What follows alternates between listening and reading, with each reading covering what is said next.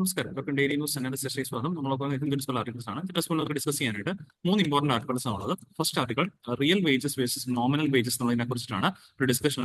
Because ഇന്നത്തെ പത്രത്തിനകത്ത് വാർത്ത വന്നിട്ടുണ്ടായിരുന്നു. നമ്മുടെ നാട്ടിൽ ശരിക്കും ഇന്ത്യയിൽ ജോലികളുടെ എണ്ണം, ഐ മീൻ എംപ്ലോയ്മെന്റ് ലെവൽ പതുക്കെ പതുക്കെ കൂടുന്നുണ്ട്. Compared to previous years employment level കൂടുന്നുണ്ട്. ബട്ട് റിയൽ വേജസിന്റെ കമ്പാരിസൺ നോക്കുമ്പോഴേക്കും അതിന് മാത്രം ആ ഒരു വർധനവ് വരുന്നില്ല എന്നുള്ള രീതിയിലേക്ക് ഒരു വാർത്ത വന്നിട്ടുണ്ട്, ആർട്ടിക്കിൾ വന്നിട്ടുണ്ട്. അപ്പോൾ ഒരു ആർട്ടിക്കിൾ നമ്മൾ എക്സാം റിലേറ്റഡ് ആയിട്ട് നമുക്ക് ഈ ഒരു കാര്യം മനസ്സിലാക്കിയിരിക്കണം. എന്താണ് റിയൽ വേജസും അതുപോലെ നോമിനൽ വേജസ് തമ്മിലുള്ള വ്യത്യാസം എന്താണ്, ഏത് സാഹചര്യത്തിലാണ് നമുക്ക് ഈ പറഞ്ഞ റിയൽ വേജസിനെ കൂടുതൽ അഫക്റ്റഡ് എന്നത് തുടങ്ങിയ കാര്യങ്ങളൊക്കെ നമുക്ക് എക്സാം റിലേറ്റഡ് പഠിക്കേണ്ടതുണ്ട്. ഇത് എക്കണോമിക്സ് റിലേറ്റഡ് ആർട്ടിക്കൽ ആയതുകൊണ്ട് തന്നെ ജനറൽ സ്റ്റഡീസ് പേപ്പർ 3 എക്കണോമിക്സിന്റെ പെർസ്പെക്റ്റീവിലായിരിക്കും നമ്മൾ പഠിക്കുന്നത്. രണ്ടാമത്തെ article FBI foreign portfolio investment exit from ഇന്ത്യയുമായിട്ട് ബന്ധപ്പെട്ടാണ്. എസ്പെഷ്യലി ഇപ്പൊ നമ്മൾ കഴിഞ്ഞ മാസവും കണ്ടതാണ്. എസ്പെഷ്യലി ട്രംപിന്റെ ഈ പറഞ്ഞ പോലെ അധികാരം മീൻസ് അമേരിക്കയിൽ അദ്ദേഹം പ്രസിഡന്റ് ആയിട്ട് അധികാരം ഏറ്റത് തൊട്ടിട്ട് ഈ പറഞ്ഞ പോലെ ഇന്ത്യയിൽ ഒരുപാടധികം FPIs ഈ പറഞ്ഞ പോലെ അമേരിക്കയിലേക്ക് തന്നെ ഒഴുകുന്നുണ്ട്, പോകുന്നുണ്ട്. ഇവിടെ വന്ന FPIs ഇവിടെ ഉപേക്ഷിച്ച് പുറത്തേക്ക് പോകുന്നുണ്ട്. അപ്പൊ ആ ഒരു FPIയുടെ എക്സിറ്റ് ഇപ്പം ഫോർ ദ കോൺസിക്യൂട്ടീവ് ആയിട്ടുള്ള സെക്കൻഡ് മന്ത് ഡേറ്റയാണ് പുറത്ത് വന്നിരിക്കുന്നത്. FPI നമുക്ക് നെഗറ്റീവായിട്ട് മാറിക്കൊണ്ടിരിക്കുകയാണ്. അപ്പൊ അതൊക്കെ എങ്ങനെയാണ് ഇന്ത്യൻ എക്കണോമിയെ നെഗറ്റീവായിട്ട് ബാധിക്കുന്നത്, അതിന്റെ ഇംപ്ലിക്കേഷൻ എന്തൊക്കെയാണ് തുടങ്ങിയ കാര്യങ്ങളാണ് നമ്മൾ പഠിക്കാൻ പോകുന്നത്. ജനറൽ സ്റ്റഡീസ് പേപ്പർ 3 എക്കണോമിക്സിന്റെ പെർസ്പെക്റ്റീവ് തന്നെയായിരിക്കും. ദെൻ മൂന്നാമത്തെ ടോപ്പിക് എഡിറ്റോറിയൽ വന്നൊരു ആർട്ടിക്കിളാണ്, ബിസിനസ് ലൈൻ എഡിറ്റോറിയൽ വന്നൊരു ആർട്ടിക്കിളാണ്, how non banks can green MSMEs. അതായത് നോൺ ബാങ്ക്സ് കൊണ്ട് ഉദ്ദേശിക്കുന്നത് NBFCs ആണ്, നോൺ ബാങ്കിങ് ഫിനാൻഷ്യൽ കമ്പനീസിനെയാണ് ഉദ്ദേശിക്കുന്നത്. അവയിൽ ഉൾപ്പെടുത്തി എങ്ങനെയാണ് ഈ പറഞ്ഞ MSMEs, micro small and medium എന്റർപ്രൈസസിനെ നമുക്ക് ഡെവലപ്പ് ചെയ്ത് കൊണ്ടുവരാൻ പറ്റുന്ന എന്നുള്ളതിനെ കുറിച്ചിട്ടാണ് ആ ഒരു ആർട്ടിക്കിൾ ഡിസ്കസ് ചെയ്യുന്നത്. അപ്പോൾ ഇവിടെ ഗവൺമെന്റ് പോളിസീസുമായിട്ടും എക്കണോമിക്സുമായിട്ടും ബന്ധപ്പെട്ട് വന്നിരിക്കുന്നതാണ് GS2 ഗവേണൻസും GS3 എക്കണോമിക്സിന്റെ പെർസ്പെക്റ്റീവ് ഈ ഒരു ടോപ്പിക്കിൽ നമ്മൾ ഡിസ്കസ് ചെയ്യുന്നത്.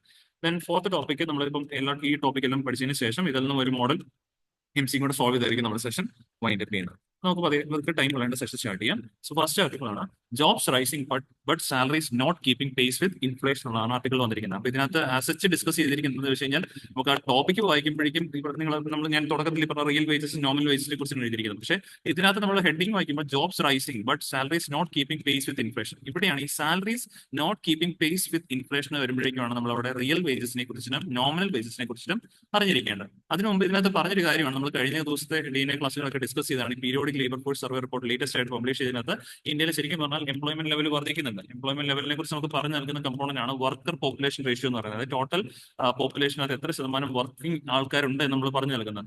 ഇവിടെ നമുക്കൊരു ഡേറ്റ കാണാൻ സാധിക്കും. 2017-18 കാലഘട്ടത്തിൽ വെറും 34.7% ഇപ്പൊ ലേറ്റസ്റ്റ് 2023-24 കാലഘട്ടത്തിൽ വന്നു കഴിഞ്ഞപ്പോൾ 43.7% ഉയർന്നിട്ടുണ്ട്. വിച്ച് മീൻസ് നമ്മുടെ പോപ്പുലേഷൻ ആ ടൈമിൽ തന്നെ ഉയരുന്നുണ്ടല്ലോ. അതുകൊണ്ട് തന്നെ പോപ്പുലേഷൻ ആനുപാതികമായിട്ട് കൂടുതൽ ആളുകൾക്ക് ഇപ്പൊ കറന്റ് ജോലി കണ്ടെത്താനായിട്ട് സാധിക്കുന്നുണ്ട് എന്നുള്ളത് നമ്മളിവിടെ പറയുന്നുണ്ട്. പക്ഷേ അതിനകത്ത് ഏറ്റവും വലിയ പ്രശ്നം ഇവിടെ വരുന്നത് വെച്ച് കഴിഞ്ഞാൽ സാലറീസ് ഇൻഫ്ലേഷനെ കീപ്പ് ചെയ്യാനായിട്ട് പറ്റുന്നില്ല. അതായത് സാലറീസിലും വലിയ രീതിയിൽ വർധനവ് ഇവിടെ നിലവിൽ കാണുന്നില്ല എന്നുള്ളതാണ് ഏറ്റവും പ്രധാനപ്പെട്ട പോയിന്റ്. ഇങ്ങനെ വന്നു കഴിയുമ്പോൾ അതെങ്ങനെയാണ് ബാധിക്കുന്നത് വെച്ച് കഴിഞ്ഞാൽ ആളുകളുടെ ലിവിംഗ് സ്റ്റാൻഡേർഡിനെ ബാധിക്കും. Because during the time of inflation the purchasing power of rupee gets eroded എന്നുള്ളത് നമ്മൾ പഠിക്കുന്നതാണ്. അതായത് നാട്ടിൽ വിലക്കയറ്റത്തിനാണ് നമ്മൾ ഇൻഫ്ലേഷൻ എന്ന് പറയുന്നത്. വിലക്കയറ്റം വരുമ്പോഴേക്കും ഇന്ന് നമുക്ക് ഈ പറഞ്ഞ പോലെ 100 രൂപയ്ക്ക് മേടിച്ചുകൊണ്ടിരുന്ന സാധനങ്ങൾ നാളെ 100 രൂപയ്ക്ക് കിട്ടാതോ, നാളെ മേ ബി അതേ എമൗണ്ട് സാധനങ്ങൾ നമ്മൾ മേടിക്കണമെങ്കിൽ 150 രൂപ കൊടുക്കേണ്ടി വരും. അങ്ങനെ ഒരു സാഹചര്യം ആ ഒരു ടൈം പീരിയഡിൽ ആളുകളുടെ വരുമാനവും അതിനനുസരിച്ച് മാറുകയാണ്. ഇപ്പൊ ഉദാഹരണം പറയുകയാണ്, 10,000 രൂപ സാലറി ഉള്ള ഒരു വ്യക്തിയാണെന്ന് വിചാരിക്കാം, മാസം 10,000 രൂപ സാലറി ഉള്ള വ്യക്തിയാണ്. ആ ഒരാള് നോർമലി പറഞ്ഞ വീടുകളിലേക്ക് വേണ്ടുന്ന ഐറ്റംസ്, പച്ചക്കറികളും മറ്റു അവശ്യ വസ്തുക്കളെല്ലാം മേടിക്കുന്നതിന്റെ ഭാഗമായിട്ട് 6,000 രൂപയാണ് ആൾ സ്പെൻഡ് ചെയ്യുന്നത് വിചാരിക്കും. ആളുടെ ടോട്ടൽ എക്സ്പെൻസുകൾ എന്ന് പറയുന്ന മന്ത് 6,000 രൂപയാണ്. അപ്പൊ ഇത് അദ്ദേഹത്തിന്റെ എക്സ്പെൻസ് ആണ്. ഇത് അദ്ദേഹത്തിന്റെ ഇൻകം ആയിട്ട് രേഖപ്പെടുത്താം. ഇത് കഴിഞ്ഞിട്ട് ബാക്കി 4,000 രൂപ ആൾക്ക് എന്ത് ചെയ്യാൻ സാധിക്കുമായിരുന്നു, ബാങ്കിലോ എവിടെയെങ്കിലും പറഞ്ഞ സേവിങ്സ് ആയിട്ട് കീപ്പ് ചെയ്യാൻ പറ്റുമായിരുന്നു. അപ്പം നമ്മുടെ എക്സ്പെൻഡിച്ചറും സേവിങ്സും ആഡ് ചെയ്യുമ്പോൾ നമുക്ക് ടോട്ടൽ ഇൻകം കിട്ടും. പക്ഷേ ഇത് ഇൻഫ്ലേഷൻ നടന്നുകൊണ്ടിരിക്കുന്ന സാഹചര്യത്തിൽ ഇത് 6,000 രൂപയ്ക്ക്, അത് ഇത്രയും സാധനങ്ങൾ വീടുകളിലേക്കൊക്കെ മേടിക്കാനായിട്ട് 6,000 രൂപ സ്പെൻഡ് ചെയ്ത വ്യക്തിക്ക് നാട്ടിൽ ഇൻഫ്ലേഷൻ വരുമ്പോഴേക്കും ഈ 6,000 നിൽക്കത്തില്ല. സാധനത്തിന് ചെലവുകൾ വർദ്ധിക്കുമല്ലോ. പക്ഷെ നമുക്കതൊക്കെ മീറ്റ് ചെയ്യേണ്ട ചെലവുകളാണെങ്കിൽ അത് മീറ്റ് ചെയ്ത് തന്നെ വേണം. അതിന്റെ ഭാഗമായിട്ട് ചിലപ്പോൾ ആൾക്ക് 7,000 രൂപ ഈ പറഞ്ഞ പോലെ സ്പെൻഡ് ചെയ്യേണ്ടതെന്നേക്കാം. 6,000 ചിലപ്പോൾ എക്സ്പെൻഡിച്ചർ 7,000 ആയിട്ട് മാറും. പക്ഷെ ഇവിടെ സാലറി ഉണ്ടോ, മാറിയിട്ടില്ല, 10,000 തന്നെയാണ് നിൽക്കുന്നത്.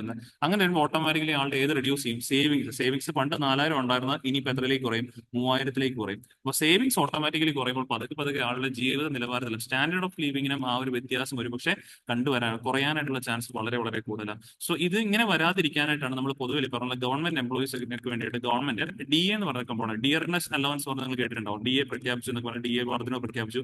DAയിൽ വർദ്ധിപ്പിക്കുന്ന യൂഷ്വലി നമ്മുടെ നാട്ടിൽ ഈ വന്നുകൊണ്ടിരിക്കുന്ന ഇൻഫ്ലേഷനെ കോപ്പപ്പ് ചെയ്യാനായിട്ട് ഈ പറഞ്ഞ പോലെ ഗവൺമെന്റ് കൊടുക്കുന്നതാണ് ഈ DA എന്ന് പറയുന്നത്, ഗവൺമെന്റ് ഉദ്യോഗസ്ഥർക്ക്.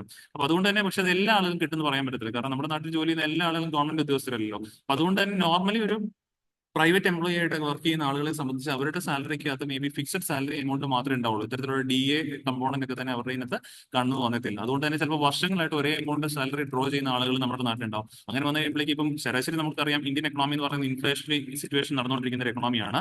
മിക്ക സമയങ്ങളിലും എബോവ് 6% നമുക്ക് പറയുവാണെങ്കിൽ നമ്മുടെ നാട്ടിൽ ഇൻഫ്ലേഷൻ ഉണ്ട്, വിലക്കയറ്റുണ്ട്. അതായത് ഇന്ന് 100 രൂപയ്ക്ക് മേടിച്ചൊരു സാധനം കുറച്ച് മാസങ്ങൾ കഴിയുമ്പോഴേക്കും അതിന്റെ വില 106 രൂപയിലേക്ക് എത്തും. അതാണ് 6% ഇൻഫ്ലേഷൻ എന്ന് പറയുന്നത്. അപ്പോൾ ഓട്ടോമാറ്റിക്കലി നമ്മുടെ സാലറിയിലും അതിനനുസരിച്ച് വ്യത്യാസം വന്നില്ലെങ്കിൽ ഞാൻ ഇവിടെ പറഞ്ഞ പോലെ നമ്മുടെ സേവിങ്സിനകത്ത് അത് ഇറോഡ് ചെയ്യപ്പെടും, സേവിങ്സ് ഡിക്രീസ് ചെയ്യും, which will later affects our living standard. അങ്ങനെ വരുമ്പോഴേക്കാണ് ആളുകൾ ഒരു പരിധി വരുമ്പോഴേക്കും ഇവിടെ 10,000 രൂപ കിട്ടുന്നു. ആ 10,000 രൂപയും ആൾക്ക് ഈ പറഞ്ഞ ചെലവിന്റെ ഭാഗമായിട്ട് പോകും. പിന്നെ വന്നു കഴിയുമ്പോൾ സീറോ സേവിങ്സിലേക്ക് പോകും. അതിന് നെക്സ്റ്റ് സ്റ്റെപ്പ് എത്രയാണെന്ന് ചോദിച്ചാൽ 10,000 രൂപ വരുമാനം കിട്ടുന്നു, 11,000 രൂപ ആൾക്ക് ചെലവിലേക്ക് പോകും. 11,000 രൂപ ചെലവ്, വരുമാനത്തേക്കാൾ കൂടുതൽ ചെലവെന്ന് പറയുമ്പോൾ 1,000 രൂപ കടമെടുക്കേണ്ട സിറ്റുവേഷൻസ് വരാം. 1,000 രൂപ കടമെടുക്കുമ്പോൾ പറയുമ്പോൾ ഇത്രയും നാൾ സേവിങ്സ് ഉണ്ടായിരുന്നു, പിന്നെ ഒരു കാലഘട്ടം ആയപ്പോഴേക്കും സേവിങ്സ് സീറോ ആയി, പിന്നെ എന്തിലേക്കായിരിക്കും പോകുന്നത്, ബോറോയിങ്സിലേക്ക് പോകാനുള്ള ചാൻസ് ഉണ്ട്. ഇങ്ങനെ വരുമ്പോഴേക്കാണ് അത് വിഷ്യസ് സൈക്കിൾ ഓഫ് പോവർട്ടിയിലേക്ക് തന്നെ പോകാനുള്ള സാധ്യതയും വളരെ വളരെ കൂടുതലാണ്. സോ എന്താണ് ഇപ്പൊ നമുക്ക് നോക്കാം. So an individuals real wage receives is influence by the current inflation rate of the society. അപ്പോൾ യഥാർത്ഥത്തിൽ റിയൽ വേജ് എന്താണെന്ന് ചോദിച്ചു കഴിഞ്ഞാൽ ഇപ്പൊ നമ്മൾ 10,000 രൂപ പറഞ്ഞല്ലോ, 10,000 രൂപയാണ് നമുക്ക് സാലറി കിട്ടുന്നത്. ഉദാഹരണത്തിന് നമ്മുടെ എക്കണോമിയിൽ 10% ഇൻഫ്ലേഷൻ ഉണ്ടെങ്കിൽ യഥാർത്ഥമായിട്ടും ഈ പൈസയ്ക്ക് 10,000 രൂപയുടെ മൂല്യം നമുക്ക് കൽപ്പിക്കാനായിട്ട് പറ്റത്തില്ല. ഇൻഫ്ലേഷനെ അഡ്ജസ്റ്റ് ചെയ്തിട്ടുള്ള ഇൻകത്തിന്റെ പേരാണ് നമുക്ക് റിയൽ വേജസ് എന്ന് പറയാൻ സാധിക്കുന്നത്. അപ്പം റിയൽ വേജസ് എന്താണെന്ന് ചോദിച്ചു കഴിഞ്ഞാൽ inflation adjusted wages of a citizen or a people can be called be as real wages. Inflation adjust ചെയ്തിട്ടുള്ള വേജസിന്റെ പേരാണ് റിയൽ വേജസ് എന്ന് പറയുന്നത്. ഇത് നമുക്ക് നോർമലി മാസം അക്കൗണ്ടിൽ ഇങ്ങനെ പറയുന്നതിന്റെ പേരാണ് നോമിനൽ വേജസ്. അപ്പൊ നോമിനൽ വേജസ് എന്ന് പറയുമ്പോൾ ഇറ്റ് ഇൻക്ലൂഡ്സ് ഇൻഫ്ലേഷൻ എന്നുള്ള കാര്യം കൂടി ഓർത്ത് വെച്ചാൽ. അപ്പൊ ഇൻഫ്ലേഷൻ ഇൻക്ലൂഡഡ് ആയിട്ടുള്ള ഇൻഫ്ലേഷന്റെ പേരാണ് വേജസിന്റെ പേരാണ് നോമിനൽ വേജസും. ആ ഇൻഫ്ലേഷൻ അഡ്ജസ്റ്റ് ചെയ്തിട്ടുള്ള വേജസിന്റെ പേരാണ് റിയൽ വേജസ്. നമ്മൾ എക്കണോമിയിൽ പഠിക്കുന്ന ഈ റിയൽ നോമിനകത്തൊക്കെ തന്നെ ഇതേ കമ്പോണ്ട് നമ്മൾ കാണുന്നത്. ഇപ്പൊ നമ്മൾ നോമിനൽ GDP, റിയൽ GDP പഠിക്കുമല്ലോ. അപ്പൊ നോമിനൽ GDP എന്ന് പറഞ്ഞാൽ ജസ്റ്റ് കറണ്ട് മാർക്കറ്റ് പ്രൈസ് ഉപയോഗിച്ച് നമ്മൾ കണ്ടുപിടിക്കുന്ന GDP ആണ് നോമിനൽ GDP എന്ന് പറയുന്നത്. എന്നാൽ വേജസ് ആ ഇൻഫ്ലേഷനോട് അഡ്ജസ്റ്റ് ചെയ്തിട്ട് കണ്ടുപിടിക്കുന്ന GDP-യുടെ പേരാണ് റിയൽ GDP എന്ന് പറയുന്നത്. അപ്പൊ അത് കുറച്ചുകൂടെ ആക്യുറേറ്റ് ആയിട്ടുള്ള എമൗണ്ട് വരും. അപ്പോൾ ഒരു വ്യക്തിയുടെ യഥാർത്ഥമായിട്ടുള്ള വരുമാനം ഏതാ നോക്കിക്കഴിഞ്ഞാൽ ആളുടെ നോമിനൽ വേജസ് അല്ല നമ്മൾ നോക്കേണ്ടത്, ആളുടെ റിയൽ വേജസ് നോക്കണം. ഇവിടെ റിയൽ വേജസ് ഇപ്പൊ ഉദാഹരണത്തിന് 10% ഇൻഫ്ലേഷൻ ഉണ്ട് എന്ന് പറഞ്ഞാൽ 1,000 രൂപ ഇൻഫ്ലേഷൻ ഭാഗമായിട്ട് മാറി കഴിഞ്ഞു കഴിഞ്ഞാൽ 9,000 രൂപയാണ് ആളുടെ റിയൽ വേജ് ആയിട്ട് നമുക്ക് പറയാനായിട്ട് സാധിക്കുന്നത്. പക്ഷേ നോമിനൽ വേജ് ആയിട്ട് എത്ര കാണിക്കുന്നുണ്ട്, 10,000 രൂപ കാണിക്കുന്നുണ്ട്. അത് ഉദ്ദേശിക്കുന്നത് ഇദ്ദേഹത്തിന്റെ നാട്ടിൽ 10% ഇൻഫ്ലേഷൻ ഉണ്ടെങ്കിൽ ആൾക്ക് 10,000 രൂപ സ്പെൻഡ് ചെയ്യാനായിട്ട് പറ്റുന്നില്ല, കാരണം ഇൻഫ്ലേഷന്റെ ഒരു സിറ്റുവേഷൻ മാർക്കറ്റിലുണ്ട്. അപ്പോൾ യഥാർത്ഥമായിട്ടും ആളുടെ വരുമാനം എന്ന് പറയുന്ന ആകപ്പാട് എത്ര രൂപയുള്ളൂ, 9,000 രൂപ മാത്രമേ ഉള്ളൂ എന്നുള്ള കാര്യം ഓർത്ത് വെച്ചേക്കാം. അപ്പൊ അതുകൊണ്ട് individuals real wage receives is influenced by current inflation rate of society. It also receives influence from individuals purchasing power with a certain pay rate in relation to market power. അപ്പോൾ നോർമലി ഇൻഫ്ലേഷൻ വരുമ്പോഴേക്കും നമ്മുടെ purchasing power സംഭവിക്കും, purchasing power കുറയും. കാരണം ഇന്ന് 100 രൂപ കിട്ടിയ സാധനം നാളെ നമുക്ക് 100 രൂപ കിട്ടത്തില്ല, 110 രൂപ 120 രൂപ അത്രയും കൊടുക്കേണ്ടി വരും. ഓട്ടോമാറ്റിക്കലി ഓർക്കുക, ഇൻഫ്ലേഷൻ വരുമ്പോഴേക്കും പർച്ചേസിംഗ് പവർ ഓഫ് റുപ്പി എന്നൊക്കെ പറയുന്നത് നോർമലി ലോവർ ചെയ്യും, കുറയാനായിട്ടുള്ള ചാൻസ് വളരെ വളരെ കൂടുതലാണ്. അങ്ങനെ കുറയുമ്പോഴേക്കാണ് നമ്മൾ പതുക്കെ പതുക്കെ പോവർട്ടിയിലേക്ക്, വിഷ്യസ് സൈക്കിൾ ഓഫ് പോവർട്ടിയിലേക്ക് പോകുന്ന കാര്യം ഓർക്കണം. Okay, so then purpose of normal wages and real wages ഞാൻ ഓൾറെഡി പറഞ്ഞാണ്, എന്നാലും നമുക്ക് നോക്കാം. Purpose of normal wage versus real wage പറയുമ്പോഴേക്കും normal wage and real wage also differ in their purposes. The purpose of normal wage is simply to provide individual with an expected amount they will receive for their work. അതായത് ഒരു ജോലി ചെയ്യുമ്പോൾ നമുക്ക് കിട്ടുന്ന expected wages എത്രയാണ് എന്ന് നമ്മൾ പറഞ്ഞു നൽകുന്നതാണ് നോമിനൽ വേജ് എന്ന് പറയുന്നത്, which is given from the time frame from A employer. ഒരു എംപ്ലോയർ ഒരു ജോലി നമ്മൾ ചെയ്ത് കൊടുക്കുന്നതിന് എത്ര രൂപ പുള്ളി തരും എന്ന് പറയുന്നതിനെയാണ് നമ്മൾ നോർമൽ വേജ് അല്ലെങ്കിൽ നോമിനൽ വേജ് എന്ന് സൂചിപ്പിക്കുന്നത്. എന്നാൽ in the contrast, the purpose of real wages to help individuals determine how an amounts value changes in response to changing inflation rate. അപ്പോൾ മാറിക്കൊണ്ടിരിക്കുന്ന മാർക്കറ്റിലെ ഇൻഫ്ലേഷൻ റേറ്റുമായിട്ട് താരതമ്യപ്പെടുത്തുമ്പോൾ എനിക്കുള്ള എത്ര അല്ലെങ്കിൽ നമുക്കുള്ള എത്ര ആണ് യഥാർത്ഥമായിട്ടുള്ള വരുമാനം, ഇതിനെ പറഞ്ഞു തരുന്ന പേരാണ് real wage. And this further helps individuals determine what they can actually afford with their pay rate. അതുകൊണ്ട് തന്നെ ഇവിടെ ഞാൻ നേരത്തെ പറഞ്ഞു ഓർക്കുന്നുണ്ട്, സ്ലൈഡിനകത്ത് 10,000 രൂപ വരുമാനമുണ്ട്, പക്ഷേ 10% ഇൻഫ്ലേഷൻ പറഞ്ഞാൽ നമ്മുടെ കയ്യിൽ യഥാർത്ഥത്തിൽ എത്ര രൂപയുടെ വരുമാനം ഉള്ളൂ, 9,000 രൂപയുള്ളൂ. That means I can afford only those items worth ₹9,000. 9,000 രൂപയുടെ സാധനങ്ങൾ മാത്രമേ നമുക്ക് വാങ്ങാനായിട്ട് സാധിക്കുള്ളൂ. അല്ലാതെ യഥാർത്ഥത്തിൽ നമുക്ക് എത്ര രൂപയുടെ സാധനം മേടിക്കാൻ പറ്റത്തില്ല, 10,000 രൂപയുടെ സാധനം മേടിക്കാനായിട്ട് പറ്റത്തില്ല. ബിക്കോസ് ആ 10% പൈസ 1,000 രൂപ ഇറോഡ് ചെയ്ത് കളഞ്ഞു, ഇൻഫ്ലേഷൻ ഇറോഡ് ചെയ്ത് കളഞ്ഞ കാര്യമാണ്. ഓക്കെ, അതാണ് കൃത്യമായിട്ട് ഓർമ്മിരിക്കുന്നത്. അപ്പം നമ്മൾ എക്കണോമി പഠിക്കുമ്പോഴേക്കും ഈ റിയൽ നോമിനലൊക്കെ തന്നെ കാണുന്നതിനകത്ത് ഇങ്ങനെ ഓർക്കാം. നോമിനൽ എന്ന് പറയുന്ന ടേമിനകത്ത് ഇൻഫ്ലേഷൻ ആഡഡ് ആണ്. നോമിനൽ എന്ന് പറയുന്നതിനകത്ത് ഇൻഫ്ലേഷൻ ആഡഡ് ആണ്, ഇൻഫ്ലേഷൻ ആഡഡ് ആണ്. ആണ്. റിയൽ എന്ന് പറയുന്നതിനകത്ത് ഇൻഫ്ലേഷൻ സബ്ട്രാക്ടഡ് ആണ്, അല്ലെങ്കിൽ ഇൻഫ്ലേഷൻ റെഡ്യൂസ്ഡ് ആയിട്ടുള്ള റിമൂവ്ഡ് കമ്പോണന്റ് ആണ് റിയൽ എന്ന് പറയുന്നത്. റിയൽ GDP ആയാലും അല്ലെങ്കിൽ റിയൽ എക്സ്ചേഞ്ച് റേറ്റ് ആയാലും ഒക്കെ തന്നെ നമുക്ക് അങ്ങനെ പറയാനായിട്ട് സാധിക്കുന്ന ടേംസ് ആണ്. ഓക്കെ, സോ ഇപ്പം പറഞ്ഞ കാര്യങ്ങളെല്ലാം ക്ലിയർ ആണെന്ന് വിശ്വസിക്കുന്നു. ഇനി നമുക്ക് ഒരു കാര്യം കൂടെ ജസ്റ്റ് ഞാൻ നേരത്തെ സൂചിപ്പിച്ചതാണ്, ഗവൺമെന്റ് എംപ്ലോയീസിന്റെ കാര്യത്തിൽ ഇൻഫ്ലേഷനെ ബീറ്റ് ചെയ്യാനായിട്ട് ഗവൺമെന്റ് കൊടുക്കുന്ന കാര്യമാണ് ഡിയർനെസ് അലവൻസ് അഥവാ DA എന്ന് പറയുന്ന കമ്പോണന്റ്. പക്ഷെ ഇത് എല്ലാവർക്കും ഇല്ല എന്നുള്ള കാര്യം കൂടി ഓർത്ത് വെച്ചേക്കാം. ദെൻ ഓക്കെ, പിന്നെ ഈ ഒരു കോമ്പോണന്റിലൂടെ നമ്മൾ ഓൾറെഡി ഡിസ്കസ് ചെയ്താണ് rising inflation affects financial wellbeing of house hold. കാരണം പർച്ചേസിംഗ് പവർ കുറയും, അങ്ങനെ വരുമ്പോൾ ഓട്ടോമാറ്റിക്കലി അവർ ആ പോവർട്ടി സൈക്കിളിലേക്ക് അകപ്പെടാനായിട്ടും വിഷ്യസ് സൈക്കിൾ പോവർട്ടിയിൽ അകപ്പെടാനുള്ള ചാൻസ് വളരെ വളരെ കൂടുതലാണ്. സോ അതുകൊണ്ടാണ് നമ്മൾ പറഞ്ഞ ഫിക്സഡ് ഇൻകം ഏണേഴ്സിന് ഇൻഫ്ലേഷൻ നെഗറ്റീവ്ലി ബാധിക്കും. ബിക്കോസ് അവരുടെ പർച്ചേസിംഗ് പവർ ഇൻഫ്ലേഷൻ ഇറോഡ് ചെയ്ത് കളയും. As A cost of goods and service increases it reduce the quantity of goods and services that can be purchase with the same normal income. അതായത് നാട്ടിൽ inflation നടന്നുകൊണ്ടിരിക്കും, നമുക്ക് നമ്മുടെ കയ്യിലുണ്ടായിരുന്ന income മാറിയിട്ടില്ലെങ്കിൽ അത് വെച്ച് നമ്മൾ പണ്ട് മേടിച്ചുകൊണ്ട് അതേ എമൗണ്ട് സാധനങ്ങൾ മേടിക്കാൻ പറ്റത്തില്ല. ദർബൈ affecting house holds cost of living കൂട്ടും. അപ്പോൾ ഇൻഫ്ലേഷൻ എന്ന് പറഞ്ഞു കഴിഞ്ഞാൽ ജനങ്ങളുടെ പർച്ചേസിംഗ് പവറിനെ കുറയ്ക്കും, അതേ സ്ഥാനത്ത് അവരുടെ കോസ്റ്റ് ഓഫ് ലിവിംഗ് ഇൻക്രീസ് ചെയ്യും. ജീവിക്കാനുള്ള ചെലവ് ഈ പറഞ്ഞ പോലെ കൂട്ടുന്ന ഒരു കാര്യമാണ് ഇൻഫ്ലേഷൻ എന്നുള്ള കാര്യം ഓർത്ത് വെച്ചേക്കും. Okay, so then moving on to second article, FPI exodus continues as Trump's tariff threatens weighing heavily എന്നുള്ളതാണ് ആർട്ടിക്കിൾ ഹെഡ്ലൈൻ ആയിട്ട് മാറിയിരിക്കുന്നത്. ഇവിടെ ഞാൻ ഓൾറെഡി പറഞ്ഞു, ഇപ്പം കഴിഞ്ഞ 2 മാസമായിട്ട് അടുപ്പിച്ച് ഇപ്പോൾ കോൺസിക്യൂട്ടീവ് ആയിട്ട് 2 മാസമായിട്ട് ഇന്ത്യയിൽ നിന്നും FPIs എല്ലാം തന്നെ കൂടുതലും പുറത്തേക്കാണ് പോകുന്നത്. അതായത് വാട്ട് വി റിസീവിംഗ്. ഉദാഹരണം പറയാൻ ഡേറ്റാസിന്റെ കണക്ക് പറയുകയാണെങ്കിൽ ഈ കഴിഞ്ഞ ഫെബ്രുവരി മാസം ഈ പറഞ്ഞ പോലെ നമ്മുടെ ഇക്വിറ്റീസ് മാർക്കറ്റ് സെക്കൻഡറി മാർക്കറ്റിൽ നിന്നും ഇവിടുന്ന് പുൾ ഔട്ട് ചെയ്ത പൈസ FPIയുടെ എമൗണ്ട് എന്ന് പറഞ്ഞാൽ 34,574 കോടി രൂപയാണ് ഈ കഴിഞ്ഞ മാസം ഫെബ്രുവരി മാസം ഇന്ത്യയിൽ നിന്നും പുൾ ഔട്ട് ചെയ്ത FPIയുടെ അളവ്. ഇത് ശരിക്കും പറഞ്ഞു കഴിഞ്ഞാൽ ഇൻ ടോട്ടൽ ജനുവരി മാസം കൂടെ കമ്പയർ ചെയ്തിട്ടുണ്ടെങ്കിൽ ഓൾമോസ്റ്റ് ഈ പറഞ്ഞ രീതിയിൽ 1,12,601 കോടി രൂപയുടെ ഈ പറഞ്ഞ പോലെ വിഡ്രോവൽസ് ആണ് first 2 months of this calendar ഇയറിൽ ഇവിടെ സംഭവിച്ചിരിക്കുന്നത്. അപ്പോൾ വലിയൊരു തുകയാണ് ഈ പറഞ്ഞ പോലെ ഇന്ത്യയിൽ നിന്ന് പുറത്തേക്ക് പോയിട്ടുണ്ടായിരുന്നത്. അതിന്റെ കാരണം അല്ലെങ്കിൽ അതുമൂലം ഉണ്ടാകുന്ന ഇംപ്ലിക്കേഷൻസ് ആണ് നമുക്ക് പ്രധാനമായിട്ടും പഠിക്കേണ്ടത്. ഓക്കെ, ഇപ്പൊ ഇവയെ നമുക്ക് നോക്കാം എന്തൊക്കെയാണ് അതിലൂടെ ഉണ്ടാകാൻ പോകുന്ന ഇംപ്ലിക്കേഷൻസ് ഉള്ളത്. ഏറ്റവും പ്രധാനമായിട്ട് ആദ്യം നമ്മൾ FPIയെ കുറിച്ച് കുറച്ച് കാര്യങ്ങൾ മനസ്സിലാക്കാം.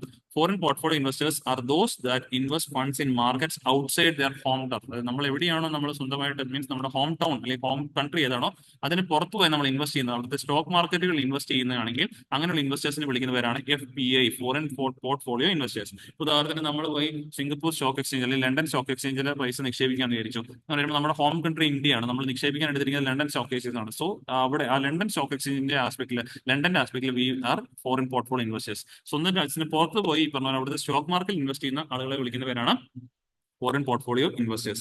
ഇവർ ഇൻവെസ്റ്റ് ചെയ്യുന്ന വൈഡ് വെറൈറ്റി ഓഫ് കമ്പോണൻസിലായിരിക്കും. ഒന്നെങ്കിൽ കമ്പനീസിന്റെ സ്റ്റോക്കുകൾ ഇൻവെസ്റ്റ് ചെയ്യും, അല്ലെങ്കിൽ ബോണ്ടുകൾ ഇൻവെസ്റ്റ് ചെയ്യും, മ്യൂച്വൽ ഫണ്ടുകളിൽ, exchange traded funds, American deposit receipts, global deposit receipts, ഇതൊക്കെ ആയിരിക്കും വൈഡ് വെറൈറ്റി ഓഫ് കമ്പോണൻസിലായിരിക്കും ഇവർ എന്ത് ചെയ്യുന്നത്, ഇൻവെസ്റ്റ് ചെയ്യുന്നുള്ള കാര്യം ഓർത്തിരിക്കുക. ബിക്കോസ് പല കമ്പോണന്റ് ഇൻവെസ്റ്റ് ചെയ്യുന്നത് പറഞ്ഞു കഴിഞ്ഞാൽ റിസ്ക് മാക്സിമം ഡൈവേഴ്സിഫൈ ചെയ്യാനായിട്ടാണ്. ഒരെണ്ണം തന്നെ നമ്മൾ ഇൻവെസ്റ്റ് ചെയ്ത് കഴിഞ്ഞാൽ റിസ്ക് അതിൽ തന്നെ നിൽക്കും. പക്ഷേ പലതിലേക്ക് നമ്മൾ ഡൈവേഴ്സിഫൈ ചെയ്ത് കഴിഞ്ഞാൽ ആ റിസ്ക്കും അതിനനുസരിച്ച് ഡൈവേഴ്സിഫൈ ചെയ്യാൻ സാധിക്കും. ആൻഡ് FPI എന്ന് പറഞ്ഞ ഒരു രാജ്യത്തെ ബാലൻസ് ഓഫ് പേയ്മെന്റ്, അത് ക്യാപിറ്റൽ അക്കൗണ്ട് ഭാഗമാണ്. ബാലൻസ് ഓഫ് പേയ്മെന്റ് നമുക്കറിയാം, ഒരു രാജ്യവും മറ്റ് രാജ്യങ്ങളുമായിട്ട് നടന്ന ഇടപാടുകളെ പണമിടപാടുകളൊക്കെ തന്നെ പറഞ്ഞ അസറ്റ് ലൈബിലിറ്റീസിനൊക്കെ ഇടപാടുകൾ രേഖപ്പെടുത്തുന്ന റെക്കോർഡാണ് ബാലൻസ് ഓഫ് പേയ്മെന്റ് എന്ന് പറയുന്നത്. ഈ ബാലൻസ് ഓഫ് പേയ്മെന്റ് 2 അക്കൗണ്ട് ആണുള്ളത്, കറണ്ട് അക്കൗണ്ട് ഉണ്ട്, ക്യാപിറ്റൽ അക്കൗണ്ട് ഉണ്ട്. സോ കറണ്ട് അക്കൗണ്ട് എന്ന് പറഞ്ഞാൽ ട്രേഡ് സംബന്ധമായ കാര്യങ്ങളാണ് കറണ്ട് അക്കൗണ്ടിനകത്ത് രേഖപ്പെടുത്തുക. ക്യാപിറ്റൽ അക്കൗണ്ട് എന്ന് പറയുന്നതിനകത്താണ് ഇൻവെസ്റ്റ്മെന്റ്സ് വരുന്നത്, ഫോറിൻ പോർട്ട്ഫോളിയോ ഇൻവെസ്റ്റ്മെന്റ്, അതുപോലെ foreign direct investment. Foreign direct investment നമ്മൾ വിദേശത്ത് പോയി അവിടുത്തെ ഒരു കമ്പനി അല്ലെങ്കിൽ അവിടെ ഒരു അസറ്റ് നമ്മൾ നേരിട്ട് അക്വയർ ചെയ്യുന്നത്, അല്ലെങ്കിൽ അവിടെ നിന്ന് ഈ പറഞ്ഞ രീതിയിൽ അവിടെ ഒരു അസറ്റ് ഒക്കെ നേരിട്ട് അക്വയർ ചെയ്യുന്നതിന് പറയുന്നവരാണ് ഫോറിൻ ഡയറക്ട് ഇൻവെസ്റ്റ്മെന്റ് എന്ന് പറയുന്നത്. നേരെ സ്റ്റോക്ക് മാർക്കറ്റിലേക്ക് നടത്തുന്ന നിക്ഷേപങ്ങളെയാണ് ഫോറിൻ പോർട്ട്ഫോളിയോ ഇൻവെസ്റ്റ്മെന്റ് എന്ന് പറയുന്നത്. ഇതിൽ കുറച്ചുകൂടെ രാജ്യങ്ങൾക്ക് സുരക്ഷിതമായിട്ട് സ്വീകരിക്കാൻ പറ്റുന്ന ഏതാണെന്ന് ചോദിച്ചാൽ ഫോറിൻ ഡയറക്ട് ഇൻവെസ്റ്റ്മെന്റ് ആണ്. ബിക്കോസ് അവർ പെട്ടെന്ന് വിട്ടുപോകത്തില്ല. ബിക്കോസ് അവർ കുറച്ചുകൂടെ എന്താ പറയുക, പെട്ടെന്നുണ്ടാകുന്ന സാമ്പത്തിക താല്പര്യമായിരിക്കത്തില്ല അവരുടെ ലക്ഷ്യം, ഫ്യൂച്ചർ റിട്ടേൺസ് ആയിരിക്കും പ്രധാനമായിട്ട് ഒരു ലക്ഷ്യം വെക്കുന്നത്. പക്ഷേ സ്റ്റോക്ക് മാർക്കറ്റ് എന്ന് പറഞ്ഞാൽ നമുക്കറിയാം പെട്ടെന്നുണ്ടാകുന്ന ലാഭങ്ങളാണ് കൂടുതലും ആഗ്രഹിക്കുന്നത്. അതുകൊണ്ട് തന്നെയാണ് ഇപ്പം കറന്റ് ഇന്ത്യയിലെ ബെറ്റർ എൻവയോൺമെന്റ് ആണെങ്കിൽ അവിടുന്ന് പുറത്തുനിന്ന് എല്ലാ രാജ്യങ്ങളിൽ നിന്നും ഇന്ത്യയിലേക്ക് ഈ പറഞ്ഞ ഇൻവെസ്റ്റ്മെന്റ്സ് വരാൻ സാധ്യതയുണ്ട്. ബട്ട് പുറത്തെ രാജ്യത്തെ എൻവയോൺമെന്റ് ഇന്ത്യക്കാരും ഭേദപ്പെട്ടാണെന്ന് കണ്ടു കഴിഞ്ഞു കഴിഞ്ഞാൽ ഈ ഇൻവെസ്റ്റേഴ്സ് എല്ലാം അതേപോലെ തന്നെ തിരിച്ചു പോകാനുള്ള ചാൻസസ് ഉണ്ട്. അതുകൊണ്ട് തന്നെ ഷോർട്ട് ലീവ്ഡ് ആണ് FPI എന്ന് വേണമെങ്കിൽ പറയാൻ പറ്റും. അതിന്റെ പേരിലാണ് FPI known as hot money എന്ന പേരിൽ അറിയപ്പെടുന്നത്. സോ ബാലൻസ് ഓഫ് പേയ്മെന്റിലെ ക്യാപിറ്റൽ അക്കൗണ്ടിനകത്താണ് ഫോറിൻ പോർട്ട്ഫോളിയോ ഇൻവെസ്റ്റേഴ്സ് FPI നമ്മൾ രേഖപ്പെടുത്തുന്ന എമൗണ്ട്. And balance of payment amount of money flowing from one country to other countries over a monetary year. Okay, ഒരു വർഷം, ഒരു ടൈം പീരിയഡ് 6 മാസം ആയാലും ഒരു വർഷം ആകാം. ആ ഒരു സ്പെസിഫിക് ടൈം പീരീഡിൽ ഒരു രാജ്യത്ത് നിന്ന് മറ്റൊരു രാജ്യത്തേക്ക് പോകുന്ന പൈസയെ വിളിക്കുന്ന മീൻസ് പൈസ മാത്രമല്ല അങ്ങനെ എല്ലാത്തിന്റെ റെക്കോർഡിക്കൽ രൂപമാണ് ബാലൻസ് ഓഫ് പേയ്മെന്റ് എന്ന് പറയുന്നത്. And they are generally not active share holders. ഓർക്കണം, നമുക്ക് ഒരു കമ്പനിയിൽ രണ്ട് രീതിയിൽ ഷെയർ ഹോൾഡേഴ്സ് ഉണ്ടാവും. ആ കമ്പനി നേരിട്ട് ഷെയർ അക്വയർ ആളുകൾ വിളിക്കുന്നവരാണ്, വിദേശികളെ വിളിക്കുന്നവരാണ് ഫോറിൻ ഡയറക്ട് ഇൻവെസ്റ്റേഴ്സ്. അല്ലാതെ ആ കമ്പനിയുടെ ഷെയർ സ്റ്റോക്ക് മാർക്കറ്റിൽ വാങ്ങുന്ന നിക്ഷേപകളെ, വിദേശ നിക്ഷേപകരെ വിളിക്കുന്നവരാണ് ഫോറിൻ പോർട്ട്ഫോളിയോ ഇൻവെസ്റ്റേഴ്സ്. അപ്പൊ അവർ ഈ പറഞ്ഞ ആക്റ്റീവ് ഇൻവെസ്റ്റേഴ്സ് അല്ല. ആക്റ്റീവ് ഇൻവെസ്റ്റേഴ്സ് എന്ന് പറയുന്ന one whose experts in decision മേക്കിങ്ങിനകത്ത് പങ്കെടുക്കുന്ന ആളുകളാണ് ആക്റ്റീവ് ഷെയർ ഹോൾഡേഴ്സ് വിളിക്കുന്നത്. സോ ഒരു കമ്പനിയുടെ വിദേശത്തെ ഷെയർ ഹോൾഡേഴ്സിൽ ആക്റ്റീവ് ഷെയർ ഹോൾഡേഴ്സ് വിളിക്കാൻ സാധിക്കുന്നത് ഫോറിൻ ഡയറക്ട് ഇൻവെസ്റ്റ്മെന്റ് ആൾക്കാരെയാണ്, FDIs-നെയാണ്. സോ ഇവിടെ FPAs are general not active share holders and do not exert any control over companies who shares they hold. Stock market വന്ന കമ്പനി എയുടെ കുറച്ച് 10 ഷെയർ ഹോൾഡ് ചെയ്തു എന്ന് പറഞ്ഞുകൊണ്ട് ആ കമ്പനിയിലെ പ്രത്യേകമായിട്ടുള്ള താല്പര്യമൊന്നും ആരെടുക്കുന്നില്ല, FPAs എടുക്കുന്നില്ല എന്നുള്ള കാര്യം ഓർക്കുക. ബട്ട് ഇന്ത്യൻ നിയമപ്രകാരം ഫോറിൻ പോർട്ട്ഫോളിയോ ഇൻവെസ്റ്റേഴ്സ് ഇവിടുത്തെ സ്റ്റോക്ക് മാർക്കറ്റിൽ വന്നിട്ട് ഒരു പർട്ടിക്കുലർ കമ്പനിയുടെ തന്നെ 10% കൂടുതൽ ഈ പറഞ്ഞ പോലെ സ്റ്റോക്കുകൾ അക്വയർ ചെയ്ത് കഴിയുകയാണെങ്കിൽ അവരുടെ നിക്ഷേപം പിന്നെ കാൽക്കുലേറ്റ് ചെയ്യുന്ന FPA ആയിരിക്കത്തില്ല, FDI ആയിട്ട് പരിഗണിക്കും. അത് ഓർത്തിരിക്കണം കേട്ടോ. ഇന്ത്യൻ റൂൾസ് പ്രകാരം ഇന്ത്യൻ സ്റ്റോക്ക് മാർക്കറ്റിൽ വന്നിട്ട് ഒരു വിദേശി, ഒരു ഫോറിനർ വന്നിട്ട് ഷെയറുകൾ അക്വയർ ചെയ്യുകയാണെങ്കിൽ, സ്റ്റോക്ക് മാർക്കറ്റിൽ വന്ന് ഷെയർ അക്വയർ ചെയ്യുകയാണെങ്കിൽ നോർമൽ അക്വയറേഷന് അതിന് FPAs ആയിട്ട് രേഖപ്പെടുത്തും. But if he is acquiring about 10% for that single company, അങ്ങനെയാണെങ്കിൽ ആ നടത്തിയ നിക്ഷേപത്തിന് FPA ആയിട്ടല്ല FDI ആയിട്ട് മെയിൻലി പരിഗണിക്കും. ഓക്കെ, ബിക്കോസ് ഒരു കമ്പനിയുടെ തന്നെ അത്രയും വലിയൊരു എമൗണ്ട് ഹ്യൂജ് ഷെയർ മേടിക്കാൻ താല്പര്യപ്പെടുന്നത് ചെറിയ നേട്ടത്തിന് വേണ്ടിയിട്ടായിരിക്കത്തില്ല, ഹ്യൂജ് ഒരു ദീർഘനാളത്തേക്കുള്ള നിക്ഷേപമായിട്ട് പരിഗണിച്ചിട്ടാണ് അതിനെ FDI ആയിട്ട് രേഖപ്പെടുത്തിയിരിക്കുന്നത്. ഓക്കെ, ദെൻ ഇങ്ങനെയുള്ള FPAs-ന്റെ സിഗ്നിഫിക്കൻസ് നമ്മൾ അറിഞ്ഞിരിക്കണം. എസ്പെഷ്യലി ഈ പറഞ്ഞ ഇങ്ങനെയുള്ള സിഗ്നിഫിക്കൻസ് എന്ന് പറഞ്ഞാൽ ഫോറിൻ പോർട്ട്ഫോളിയോ ഇൻവെസ്റ്റേഴ്സ് കൊണ്ടുവരുന്ന ഫണ്ടാണ്. നമ്മുടെ നാട്ടിലെ കമ്പനികൾക്കൊക്കെ ഫേസ് ചെയ്യുന്ന ഏറ്റവും പ്രധാനപ്പെട്ട പ്രശ്നമാണ് ആവശ്യത്തിന് ഫണ്ട് ഇല്ല എന്നുള്ള കാര്യം. സോ അതുകൊണ്ട് തന്നെ FPAയുടെ ഏറ്റവും പ്രധാനപ്പെട്ട സിഗ്നിഫിക്കൻസ് ആണ് ആക്സസിബിലിറ്റി ടു ഇന്റർനാഷണൽ ക്രെഡിറ്റ്, അതായത് able to reach an increased amount of credit in foreign countries. Foreign countries എന്നൊക്കെ ഉള്ള ഒരുപാടധികം ക്രെഡിറ്റ് റിസീവ് ചെയ്യാനായിട്ട് ഫോറിൻ പോർട്ട്ഫോളിയോ ഇൻവെസ്റ്ററുടെ ഇന്ത്യൻ കമ്പനീസിന് സഹായകമാണ്. പിന്നെ ഇങ്ങനെ ചെയ്യുമ്പോഴേക്കും increase liquidity of domestic capital markets. നമ്മുടെ ഇവിടുത്തെ ക്യാപിറ്റൽ മാർക്കറ്റിലേക്കാണ് കൂടുതൽ പൈസ എത്തുന്നത്. അപ്പോൾ അത് ഈ പറഞ്ഞ പോലെ നമ്മുടെ ലിക്വിഡിറ്റിയെ വർദ്ധിപ്പിക്കുന്ന കാര്യമായിട്ട് മാറിയേക്കാം. And thereby as a result investors can invest with confidence knowing that they can properly manage their portfolios or sell their finance securities if access to their savings is required. അതായത് ഒരു ഇൻവെസ്റ്റേഴ്സിന്റെ കോൺഫിഡൻസ് കൂടിയാണ് സൂചിപ്പിക്കുന്നത്. കൂടുതൽ FPA നാട്ടിലേക്ക് വരുന്നത് പറഞ്ഞു കഴിഞ്ഞാൽ ഇൻവെസ്റ്റേഴ്സിന്റെ കോൺഫിഡൻസും കൂടെ അത് സൂചിപ്പിക്കുന്നുണ്ട്. And thereby development of equity market, നമ്മുടെ സ്റ്റോക്ക് മാർക്കറ്റിനൊക്കെ തന്നെ ഡെവലപ്മെന്റിനായിട്ടും ഇത് സഹായിക്കാറുണ്ട്. അപ്പം ഇതൊക്കെയാണ് പ്രധാനമായിട്ടും ഫോറിൻ പോർട്ട്ഫോളിയോ ഇൻവെസ്റ്റേഴ്സിന്റെ സിഗ്നിഫിക്കൻസ്. ഏറ്റവും പ്രധാനമായിട്ട് ഇന്റർനാഷണൽ ക്രെഡിറ്റുകൾ. ഒരുപാട് ക്രെഡിറ്റ് നമുക്ക് അവൈലബിൾ ആകുമ്പോൾ കോസ്റ്റ് ഓഫ് ഫണ്ട്സ് കുറയും, കാരണം അതിന്റെ പലിശയും കാര്യങ്ങളും കുറയും. ആ ആവശ്യത്തിന് പൈസ ഉണ്ടല്ലോ, ഫണ്ട് വരുന്നുണ്ട്. അങ്ങനെ വരുമ്പോഴേക്കും നമ്മുടെ കോസ്റ്റ് ഓഫ് ഫണ്ട്സ് കുറയും, ബാങ്കിന് ഇൻട്രസ്റ്റ് റേറ്റുകളൊക്കെ താരതമ്യം കുറയാനുള്ള ചാൻസ് ഉണ്ട്. അപ്പൊ അങ്ങനെ വരുമ്പോഴേക്കും ബെറ്റർ ആയിട്ടുള്ള ഒരു ബിസിനസ് എൻവയോൺമെന്റ് നമ്മുടെ നാട്ടിൽ വരാനുള്ള ചാൻസ് ഉണ്ട്. അപ്പോൾ ബെറ്റർ ആയിട്ടുള്ള ബിസിനസ് എൻവയോൺമെന്റ് വന്നു കഴിഞ്ഞാൽ കൂടുതൽ ആളുകൾക്ക് തൊഴിൽ കിട്ടാനായിട്ടുള്ള സാധ്യതകൾ, എംപ്ലോയ്മെന്റ് കിട്ടാനുള്ള സാധ്യതകൾ, അതുവഴി തൊഴിൽ കിട്ടുമ്പോഴേക്കും കൂടുതൽ വരുമാനം കിട്ടാനായിട്ട്, കൂടുതൽ വരുമാനവും തൊഴിലും വരുമാനം വരുമ്പോൾ ഒബ്വിയസ്ലി നമ്മുടെ ഈ പറഞ്ഞ സ്പെൻഡിങ് വർദ്ധിക്കും. ഇതിനനുസരിച്ച് ഈ പറഞ്ഞ നമ്മുടെ സ്റ്റാൻഡേർഡ് ഓഫ് ലിവിംഗ് ഉയരാനുള്ള ചാൻസുകൾ വളരെ കൂടുതലാണ്. അപ്പോൾ ഇതൊരു പോസിറ്റീവ് ആയിട്ടുള്ള എക്കണോമിക് ഗ്രോത്ത്, വെർച്വസ് ആയിട്ടുള്ള ഒരു ഗ്രോത്ത്, പോസിറ്റീവ് ആയിട്ടുള്ള എക്കണോമിക് ഗ്രോത്ത് ഉണ്ടാക്കാനായിട്ട് ഫോറിൻ പോർട്ട്ഫോളിയോ ഇൻവെസ്റ്റേഴ്സ് സഹായിക്കാറുണ്ട്. ഇനി ഇതൊക്കെ പറയുമ്പോൾ ഇവരിനോട് ഉണ്ടാകുന്ന ഇമ്പാക്റ്റുകളും വളരെ വളരെ കൂടുതലാണ്. അതാണ് ഇപ്പോൾ നടന്നുകൊണ്ടിരിക്കുന്നത് അല്ലെ. പെട്ടെന്ന് ഇവർ വന്നിട്ട് പോകുന്ന കാരണമാണ് ഇവരെ നമ്മൾ ഹോട്ട് മണി എന്ന് വിശേഷിപ്പിക്കുന്നത്. ഹോട്ട് മണി എന്ന് വിശേഷിപ്പിക്കുന്ന ആരെയെന്ന് വെച്ചാൽ ഫോറിൻ പോർട്ട്ഫോളിയോ ഇൻവെസ്റ്റേഴ്സിനെയാണ് വിശേഷിപ്പിക്കുന്നത്. അതുപോലെ അത് പേര് വരാൻ കാരണം ഈ FPAs വരുമ്പോൾ ഇങ്ങോട്ടേക്ക് വരുമ്പോൾ ഒരുപാട് ഈ പറഞ്ഞ ഇന്ത്യൻ റുപ്പി അപ്രീഷിയേറ്റ് ചെയ്യും. നമ്മളിപ്പോൾ ഡോളറിന്റെ ടേംസ് വെച്ചിട്ട് പറയുന്നതാണ്. ഇപ്പോൾ ഒരു ഡോളറിന് ഈ പറഞ്ഞ പോലെ 80 രൂപ ആയിരുന്നത് നാളെ ഒരു ഡോളറിന് 75 രൂപയായിട്ട് മാറുന്നതാണ് ഇന്ത്യൻ റുപ്പി അപ്രീസിയേഷൻ എന്ന് പറയുന്നത്. നേരെ തിരിച്ച് 80 എന്നുള്ളത് $1 = 85 മാറുന്നതാണ് ഡിപ്രീസിയേഷൻ എന്ന് ബേസിക്കലി പറയുന്നത്. ഇവിടങ്ങളിൽ ഫണ്ട് ഇങ്ങോട്ടേക്ക് വരുമ്പോൾ, ഇന്ത്യയിലേക്ക് ഫണ്ട് വരുമ്പോൾ റുപ്പി അപ്രീഷിയേറ്റ് ചെയ്യും. വിച്ച് മീൻസ് 80 നിന്നും 75 നീങ്ങും. കാരണം ഇങ്ങോട്ടേക്ക് ഫണ്ട് വരുമ്പോൾ അവരുടെ കയ്യിലിരിക്കുന്നത് ഡോളേഴ്സ് ആയിരിക്കും. അത് കൈമാറ്റം ചെയ്യുന്നതിന്റെ ഭാഗമായിട്ട് ഡിമാൻഡ് ഇന്ത്യൻ റുപ്പിയിൽ കൂടും. അങ്ങനെ ഡിമാൻഡ് കൂടുമ്പോൾ ആ കമ്പോണന്റ് മൂല്യം കൂടും. അതാണ് ഇവിടെ നടക്കുന്ന ഈ അപ്രീസിയേഷൻ എന്ന് പറയുന്നത്. നേരെ തിരിച്ച് പുറത്തേക്ക് ഫണ്ട് പോകുമ്പോഴോ, ഇപ്പം നിലവിൽ ഇന്ത്യയിൽ നിൽക്കുമ്പോൾ അവരുടെ കയ്യിലുണ്ടാവും ഇന്ത്യൻ മണി ആയിട്ടാണ്, അത് കൂടുതലും ഡോളറിലേക്ക് കൺവേർട്ട് ചെയ്യണം. ആ ഡോളറിലേക്ക് കൺവേർട്ട് ചെയ്യുമ്പോൾ ഡിമാൻഡ് കൂടുതൽ ഡോളറാണ്. അപ്പോൾ ഓട്ടോമാറ്റിക്കലി ആരുടെ ഡിമാൻഡ് ഇടിഞ്ഞു പോയി, അല്ലെങ്കിൽ മൂല്യം ഇടിഞ്ഞു പോകും, രൂപയുടെ മൂല്യം ഇടിഞ്ഞു പോകും. അതാണ് 80 നിന്നും 85 രൂപ പോകുന്നത്. അപ്പോൾ അതാണ് അതിന്റെ പേരാണ് റുപ്പി ഡിപ്രീസിയേഷൻ. സോ ഇങ്ങനെ റുപ്പിക്ക് ഈ പറഞ്ഞ പോലെ പ്രശ്നങ്ങൾ ഉണ്ടാക്കുന്ന കാരണമാണ് ഫോറിൻ പോർട്ട്ഫോളിയോ ഇൻവെസ്റ്റേഴ്സ് നമ്മൾ ഹോട്ട് മണി എന്ന് ബേസിക്കലി രേഖപ്പെടുത്തുന്നത്. ഓക്കെ, ദെൻ അതൊക്കെ ബാധിക്കാൻ നമ്മുടെ എക്സ്പോർട്ടിനെയും ഇമ്പോർട്ടിനെയും ബാധിക്കാം. ബിക്കോസ് റുപ്പി പറഞ്ഞ പോലെ ഇപ്പം നമ്മൾ നടന്നുകൊണ്ടിരിക്കുന്ന ഫോറിൻ പോർട്ട്ഫോളിയോ ഇൻവെസ്റ്റേഴ്സ് പുറത്തേക്ക് പോകുള്ളൂ. അതിന്റെ ഭാഗമായിട്ട് ഇന്ത്യയാണ് ഇപ്പോൾ ചരിത്രത്തിലാണെങ്കിലും ഇത്രയും ഹ്യൂജ് വ്യത്യാസത്തിലാണ് ഇന്ത്യൻ റുപ്പിയും ഡോളറും നിൽക്കുന്നത്. ഏകദേശം പറയുവാണെങ്കിൽ നമ്മൾ 87 ആ റേഞ്ചിലേക്കൊക്കെ നമ്മൾ എത്തിയിരിക്കുകയാണ്. സോ അങ്ങനെ അത്രയും കൂടുതൽ ഇന്ത്യൻ റുപ്പി ഇപ്പം ഡിപ്രീസിയേഷൻ നടന്നുകൊണ്ടിരിക്കുകയാണ്. ഇപ്പം ഡിപ്രീസിയേഷൻ വരുമ്പോഴേക്കും നമ്മൾ എന്താ സംഭവിക്കുന്നത്? ഇപ്പോൾ ഒരു ഡോളറിന് 80 രൂപ എന്നുള്ളിടത്ത് നിന്ന് നാളെ തൊട്ടിട്ട് $1 ഈ പറഞ്ഞ പോലെ 90 രൂപ ആയി കഴിഞ്ഞു കഴിഞ്ഞാൽ അത് ഇമ്പോർട്ടേഴ്സിനെ വളരെ നെഗറ്റീവായിട്ട് ബാധിക്കും. ബിക്കോസ് ഇത്രയും നാളും $1 സാധനം മേടിക്കാനായിട്ട് 80 ഇന്ത്യൻ രൂപയെ ചിലവ് വന്നുള്ളൂ. ഇനി മുതൽ $1 തന്നെ സെയിം സാധനം വാങ്ങാനായിട്ട് 90 രൂപ നമുക്ക് കൊടുക്കേണ്ടതായിട്ട് വന്നേക്കാം. ഓട്ടോമാറ്റിക് നമ്മുടെ ഇമ്പോർട്ടിനെ അത് നെഗറ്റീവായിട്ട് ബാധിക്കാനുള്ള ചാൻസസ് ഉണ്ട്. തിയറട്ടിക്കലി നമ്മൾ പറയും ഇങ്ങനെയുള്ള സിറ്റുവേഷൻസ് ഇമ്പോർട്ട് കുറയ്ക്കാൻ സഹായിക്കും. പക്ഷേ ഇന്ത്യയുടെ കാര്യത്തിൽ അത് നടക്കാറില്ല. കാരണം നമ്മൾ പ്രധാനമായിട്ട് ഇറക്കുമതി ചെയ്യുന്ന വസ്തുക്കൾ 3 നമുക്ക് കുറയ്ക്കാൻ പറ്റത്തില്ല. ലൈക്ക് കോള് ക്രൂഡ് ഓയിൽ ഈ പറഞ്ഞ പോലെ ഗോൾഡ്. ഈ 3 സാധനങ്ങളൊക്കെയാണ് പ്രധാനമായിട്ട് ഈ പറഞ്ഞ ഇന്ത്യ ഇറക്കുമതി ചെയ്യുന്നത്. ഇതിനകത്ത് ഈ പറഞ്ഞ വ്യത്യാസങ്ങൾ വരുത്താൻ ഇന്ത്യക്ക് പറ്റത്തില്ല. അങ്ങനെ വരുമ്പോഴേക്കും നമുക്ക് ആ എക്സ്ട്രാ പൈസ കൊടുത്തിട്ട് ഇത് മേടിക്കേണ്ടതായിട്ട് വരും. ഇങ്ങനെ വരുമ്പോഴേക്കും ഇന്ത്യയുടെ ബാലൻസ് ഓഫ് പേയ്മെന്റ് നെഗറ്റീവായിട്ട് മാറും. ബാലൻസ് ഓഫ് പേയ്മെന്റ് BOP നെഗറ്റീവായിട്ട് മാറും. BOP നെഗറ്റീവ് എന്നൊക്കെ പറഞ്ഞു കഴിഞ്ഞാൽ നമ്മൾ കൊമേഴ്സിൽ പറയും നെഗറ്റീവ് സൈൻ നമ്മൾ നഷ്ടപ്പെടുന്ന പൈസ ഉദ്ദേശിക്കുന്നത്. അപ്പോൾ ഒരുപാട് പൈസ പുറത്തേക്ക് പോയി കഴിയുമ്പോഴേക്കും നമ്മൾ ഇമ്പോർട്ട് ചെയ്യാനായിട്ടാണെങ്കിൽ ഡോളർ പുറത്തേക്കല്ലേ കൊടുക്കുന്നത്. അപ്പൊ അങ്ങനെയൊക്കെ വരുമ്പോഴാണ് ഇന്ത്യൻ റുപ്പിയുടെ ബാലൻസ് ഓഫ് പേയ്മെന്റ് നെഗറ്റീവിലേക്ക് പോകുന്നത്. അപ്പൊ ആ നെഗറ്റീവ് നമുക്ക് പരിഹരിക്കുന്നതിന്റെ ഭാഗമായിട്ട് ഒരിക്കലും കണക്കുകൾ നമ്മൾ നെഗറ്റീവ് പോസിറ്റീവ് എന്ന് എഴുതാറില്ല. ബാലൻസ് പേയ്മെന്റ് എപ്പോഴും നമ്മൾ ആ ഒരു ബാലൻസ് സ്റ്റേജിലിരിക്കുന്നത്. ബാലൻസ്ഡ് ആക്കാനായിട്ട് അൾട്ടിമേറ്റ്ലി നെഗറ്റീവ് ആണെങ്കിൽ അതിനെ ബാലൻസ് ചെയ്യാനായിട്ട് നമുക്ക് പൈസ എടുത്ത് അതിനോട്ട് വെക്കേണ്ടി വരും. അത് എവിടെ നിന്ന് വെക്കുന്ന വെച്ചാൽ ഇന്ത്യയുടെ ഫോറിൻ എക്സ്ചേഞ്ച് റിസർവിൽ നിന്നാണ് അത് കീപ്പ് അപ്പ് ചെയ്യുന്നത്. ഞാൻ നേരത്തെ വെച്ച് ബാലൻസ് പേയ്മെന്റ് പോസിറ്റീവ് ആണെന്ന് വിചാരിക്കുക. സർപ്ലസ് ആണെങ്കിൽ നമ്മൾ എക്സ്ട്രാ എമൗണ്ട് ഫോറിൻ എക്സ്ചേഞ്ച് റിസർവിലേക്ക് ആഡപ്പ് ചെയ്യും. അങ്ങനെയാണ് ചെയ്യുന്നത്. ഇപ്പം കുറച്ച് നാളുകളായിട്ട് പറയുകയാണെങ്കിൽ ഇന്ത്യയുടെ ഫോറിൻ എക്സ്ചേഞ്ച് റിസർവ് ഫോൾ ചെയ്തുകൊണ്ടിരിക്കുകയാണ്, കുറഞ്ഞുകൊണ്ടിരിക്കുകയാണ്. ബിക്കോസ് ഇങ്ങനെ ഫോറിൻ പോർട്ട്ഫോളിയോ ഇൻവെസ്റ്റേഴ്സും ഒക്കെ തന്നെ ഇന്ത്യ വിട്ട് പോകുന്നതിന്റെ ഭാഗമായിട്ട്. Okay, so that's all. അത്രയാണ് ആ ഒരു ആർട്ടിക്കിളിൽ നിന്ന് പ്രധാനമായിട്ട് നമുക്ക് പഠിക്കാനുള്ള. ഏറ്റവും പ്രധാനമായിട്ട് ഇങ്ങനെ റുപ്പി ഈ പറഞ്ഞ പോലെ പുറത്തേക്ക് മീൻസ് എസ്പെഷ്യലി ഈ പറഞ്ഞ പോലെ നമ്മുടെ ഫോറിൻ പോർട്ട്ഫോളിയോ ഇൻവെസ്റ്റേഴ്സ് പുറത്തേക്ക് ഇന്ത്യ വിട്ട് പുറത്തേക്ക് പോകുമ്പോഴേക്കും നമ്മുടെ റുപ്പിക്ക് സംഭവിക്കുന്ന ഏറ്റവും വലിയ പ്രശ്നമാണ് ഇന്ത്യൻ റുപ്പി ഗെറ്റ്സ് ഡിപ്രീഷിയേറ്റഡ്. അങ്ങനെ വരുമ്പോഴാണ് നമ്മുടെ റുപ്പിയുടെ മൂല്യത്തിൽ പോയി പിന്നെ ഈ പറഞ്ഞ രീതിയിൽ കൂടുതൽ ബാധ്യതകൾ സൃഷ്ടിക്കും. ബാലൻസ് പേയ്മെന്റിലൊക്കെ ആണെങ്കിലും ഒരുപാട് ബാധ്യതകൾ സൃഷ്ടിക്കും. അത് നെഗറ്റീവായിട്ട് മാറാനുള്ള ചാൻസസ് ഉണ്ട്. പക്ഷേ റുപ്പി ഡിപ്രീഷിയേറ്റ് ചെയ്യുമ്പോൾ ഒരു ഗുണം കിട്ടുന്ന ആൾക്കാരാണെന്ന് വെച്ചാൽ എക്സ്പോർട്ടേഴ്സ് ഉണ്ട്. എക്സ്പോർട്ടേഴ്സ് സംബന്ധിച്ച് ഇന്ന് $1 80 രൂപയ്ക്ക് കിട്ടിക്കുന്ന സാധനം നാളെ തൊട്ട് $1 90 രൂപ കിട്ടാൻ തുടങ്ങും. Exporters are one who benefits out of rupee depreciation. പക്ഷേ നമ്മുടെ നാട്ടിൽ എക്സ്പോർട്ടിന് ഉപരിയായിട്ട് ഈ പറഞ്ഞ രീതി ഒരുപാട് നമ്മൾ ഇമ്പോർട്ട് ചെയ്യുന്ന ഒരു രാജ്യമായതുകൊണ്ട് അവിടെ നമുക്ക് നെഗറ്റീവ് ഒരുപാട് വരാനുള്ള സാധ്യതയും കൂടുതലാണ്. ഓക്കെ, ഇനി നമുക്ക് ലാസ്റ്റ് ആർട്ടിക്കിളിലേക്ക് മൂവ് ചെയ്യാം. How non banks can green small biz എന്നുള്ളതാണ് ആർട്ടിക്കിളിന്റെ ഹെഡ്ലൈൻ. ഇവിടെ നോൺ ബാങ്ക്സ് എന്ന് പറയുന്ന NBFCസിനെ സൂചിപ്പിക്കുന്നു. സ്മോൾ ബിസ് എന്നുള്ളത് ഈ പറഞ്ഞ പോലെ MSMEs micro small and medium എന്റർപ്രൈസസിനെ സൂചിപ്പിക്കുന്നതാണ്. സോ ഫസ്റ്റ് ആൻഡ് ഫോർമോസ്റ്റ് നമുക്ക് MSMEസിനെ കുറിച്ച് കുറച്ച് കാര്യങ്ങൾ അറിയാം. So MSMEs are often called to be as power house of Indian economy. Indian എക്കണോമിയുടെ ബാക്ക് ബോൺ, പവർ ഹൗസ് എന്നൊക്കെ വിശേഷിക്കുന്ന ആരെയാണ്? MSMEs മൈക്രോ സ്മോൾ ആൻഡ് മീഡിയം എന്റർപ്രൈസസിനെയാണ്. അത് വിശേഷിപ്പിക്കാൻ കാരണം വേറൊന്നുമല്ല, എംപ്ലോയ്മെന്റ് ജനറേഷനിലേക്കും ഇന്ത്യയുടെ എക്സ്പോർട്ടിലേക്കും ഓവറോൾ എക്കണോമിക് ഗ്രോത്തിലേക്കുള്ള അവരുടെ കോൺട്രിബ്യൂഷൻ ആണ് ഏറ്റവും പ്രധാനമായിട്ട് പറയേണ്ടത്.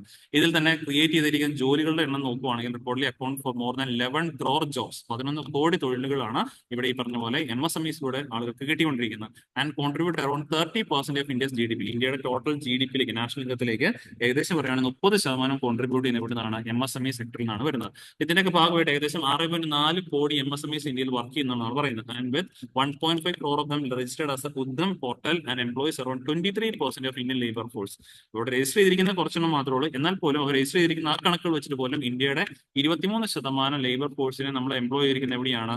ഈ പറഞ്ഞ രീതിയിൽ MSMEസിലാണ് എംപ്ലോയ് ചെയ്തിരിക്കുന്നത്. Making it the second largest employer in India after agriculture. ഏറ്റവും കൂടുതൽ ആളുകൾ ഇന്ത്യയിൽ വർക്ക് ചെയ്യുന്ന അഗ്രികൾച്ചർ ആണ്. അഗ്രികൾച്ചർ കഴിഞ്ഞു കഴിഞ്ഞാൽ സെക്കൻഡ് ലാർജസ്റ്റ് എംപ്ലോയർ ഇന്ത്യ ആരാണ്?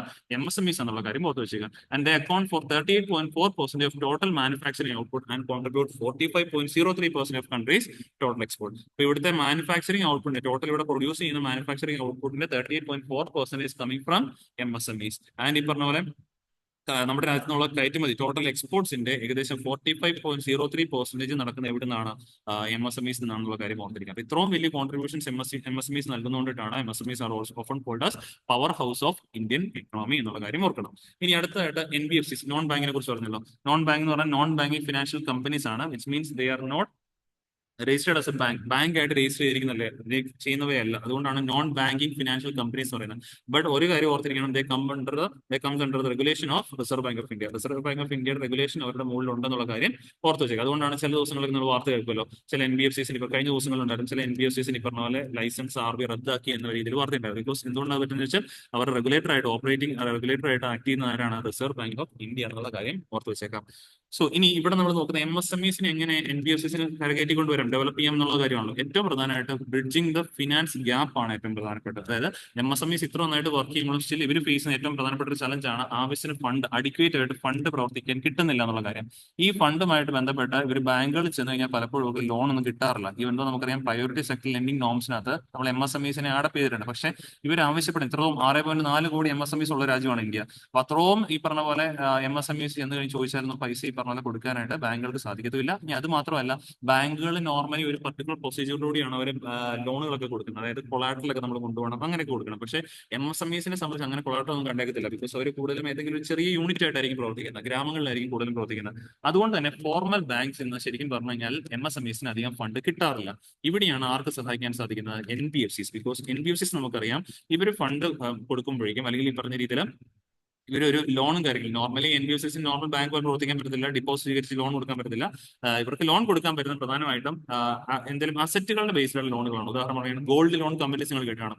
ഗോൾഡ് കൊടുത്തിട്ട് അതിന് തുല്യമായിട്ടുള്ള ലോൺ പൈസയ്ക്ക് എടുത്തുകൊണ്ട് പോകാൻ പറ്റുന്നു. അത്തരത്തിൽ ഈ പറഞ്ഞ പോലെ ലോൺ സംവിധാനങ്ങൾ കൂടുതലും ഒരു ഈ പറഞ്ഞ രീതിയിൽ ഒരു പർട്ടിക്കുലർ ലോൺ കാറ്റഗറിയിൽ പ്രവർത്തിക്കുന്നതാണ് NBFCs എന്ന് പറയുന്നത്.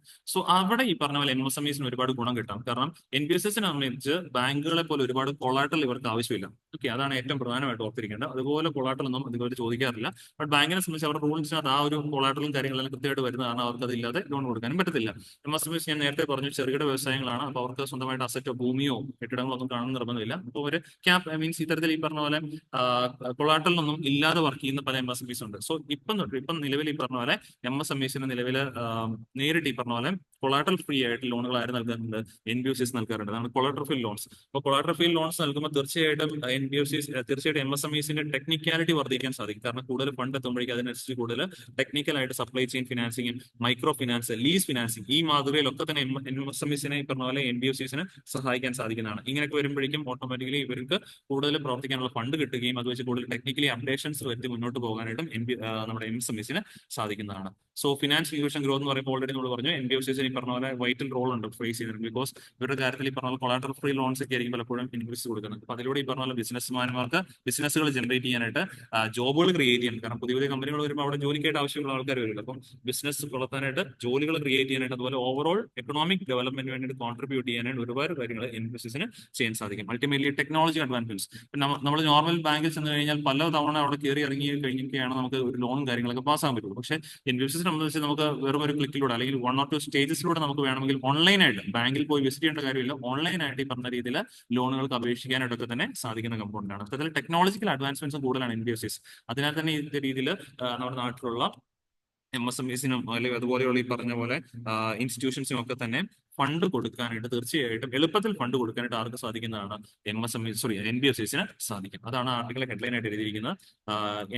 How non banks can green NBFCs. Green എന്ന് പറഞ്ഞാൽ ഡെവലപ്മെന്റ് ബേസ് ചെയ്ത് ഉദ്ദേശിച്ചത്. അപ്പൊ എങ്ങനെയാണ് NBFCs ഈ പറഞ്ഞ രീതിയിൽ നമ്മുടെ സ്മോൾ ബിസിനസ് MSMEs ഡെവലപ്മെന്റിന് വേണ്ടിയിട്ട് കാര്യങ്ങൾ ചെയ്യാൻ സാധിക്കും എന്നുള്ളതാണ് ആർട്ടിക്കിളിനകത്ത് പറഞ്ഞിരിക്കുന്നത്. അപ്പൊ ആർട്ടിക്കിൾ ഡിസ്കസ് ചെയ്ത പോയിന്റുകളൊക്കെ ക്ലിയർ ആണെന്ന് വിശ്വസിക്കുന്നു. ഇത് നമ്മൾ ലാസ്റ്റ് 2 സ്റ്റേറ്റ്മെന്റ് MCQ ആണ്. ഇപ്പൊ നമ്മൾ തൊട്ടുമുമ്പ് കണ്ട MSMEs ആയിട്ട് ബന്ധപ്പെട്ട 2 സ്റ്റേറ്റ്മെന്റ് MCQ ആണ്. ഇതൊരു PYQ ആയിട്ട് ചോദിച്ച ചോദ്യമാണ്. അതുകൊണ്ട് ഈ ചോദ്യം കൃത്യമായിട്ട് മനസ്സിലാക്കി പറഞ്ഞത് അതിന്റെ ആൻസർ കമന്റ് ബോക്സിൽ രേഖപ്പെടുത്തുക. ഓക്കെ, ഇപ്പൊ ഡിസ്കസ് ചെയ്ത ടോപ്പിക്സ് എല്ലാവർക്കും ക്ലിയർ ആണെന്ന് വിശ്വസിക്കുന്നു. പിന്നെ നമുക്ക് അടുത്ത ദിവസം കാണാം. Thank you.